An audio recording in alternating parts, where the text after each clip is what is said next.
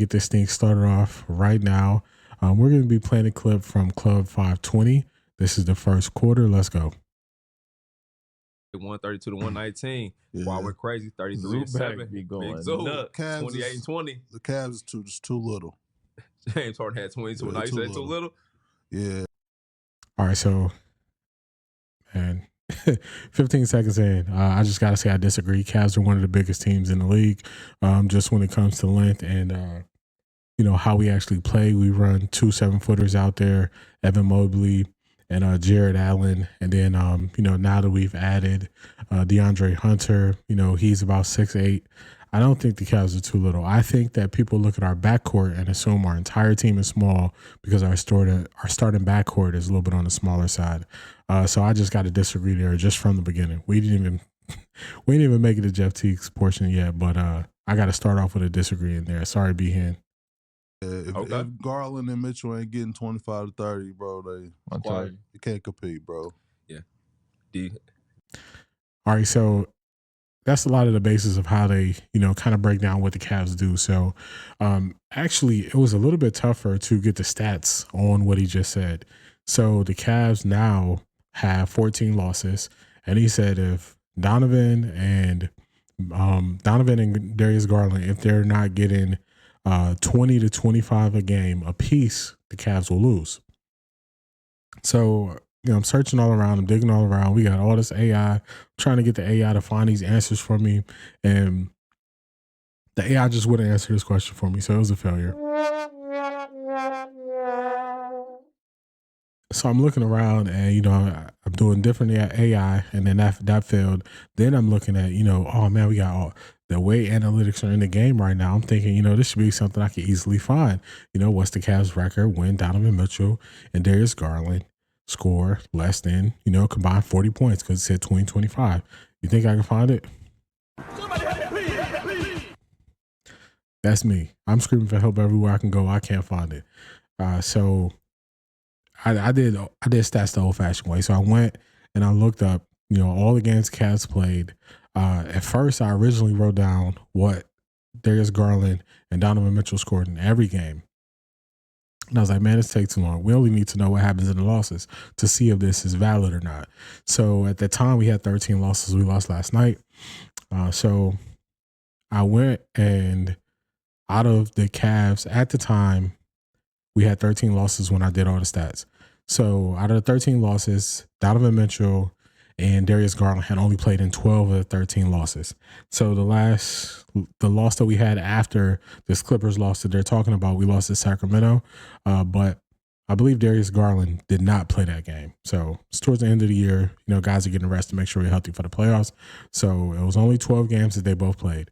So 4 out of the 12 games that we lost, so that's only a third of the games that we lost, they combined for less than 40 points.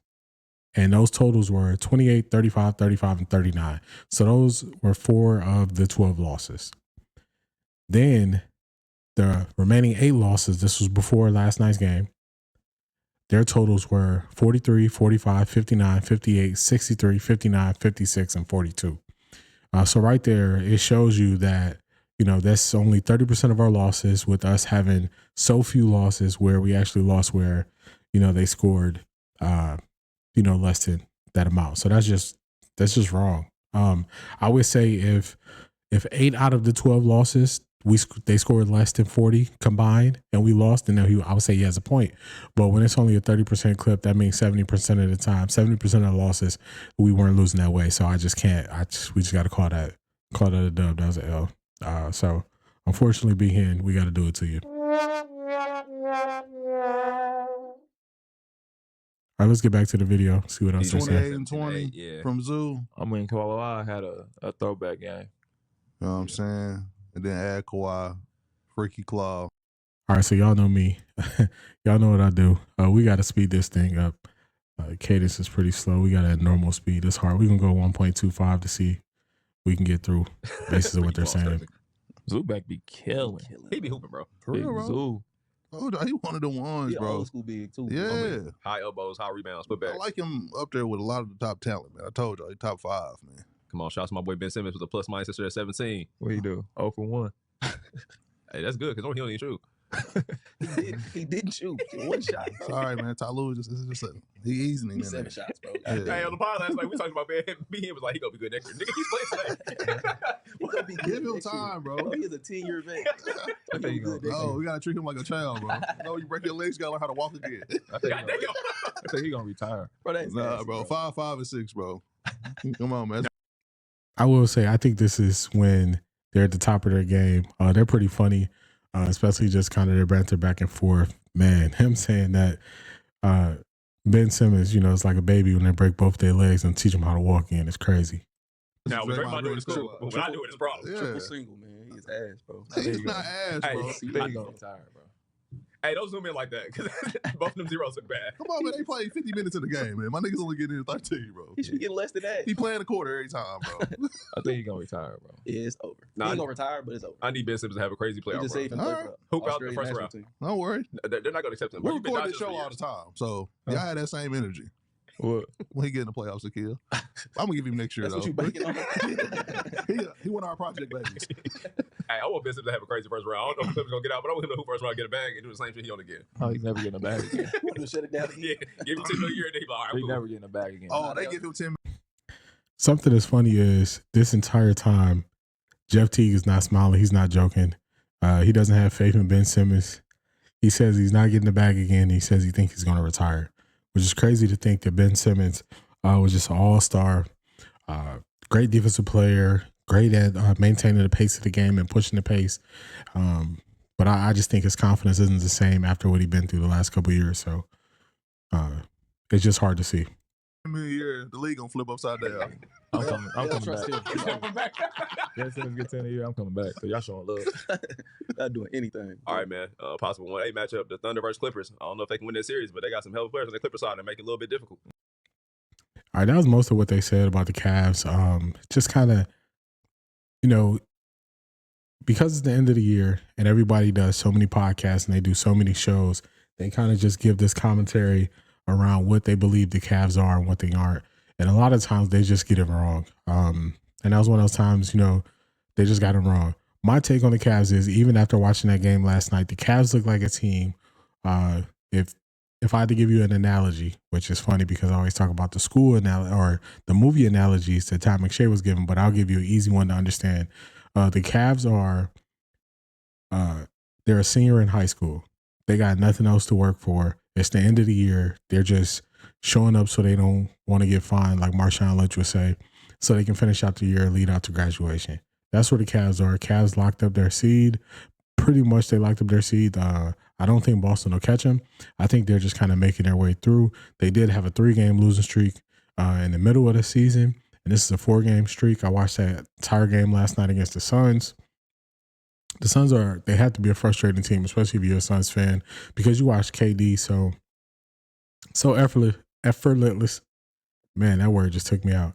You watch him so effortlessly put up 42 against the Cavs, and you're like, man, he still can do it. So it's just definitely not a team you want to really see, and then you want to know, like, man, why were they losing so much? Why are they in such a bad spot? But the thing that I saw, so that, to me, there's always moments in a game where you can kind of determine how the game is going to go. And when Royce O'Neal he was 5 or 6 from 3 in the first half, I was like, okay, I don't think the Cavs are going to win this game. Because when you have the person who you want shooting the ball, hitting the shots, it's just going to open things up with how you got to play defense and make the adjustments in the second half. So when I saw that, I was like, man, they're not going to make it. Then it was just too far of a hole.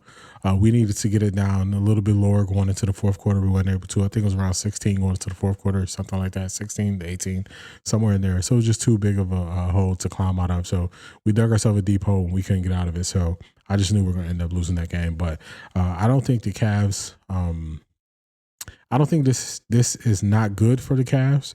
I would say this is not devastating for the Cavs. So what the Cavs can do the rest of the year is they can see that, you know, if they don't take teams seriously, this is a good mental check that you have to show up.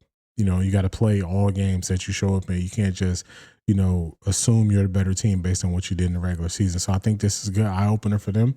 Wish they didn't have to lose 4 in a row, but it seems like this is what they need to go through at this time just to awaken that beast as we get ready to make it down the final stretch of the season and head into the playoffs. So not the end of the world, but definitely something that the Cavs should be able to learn from.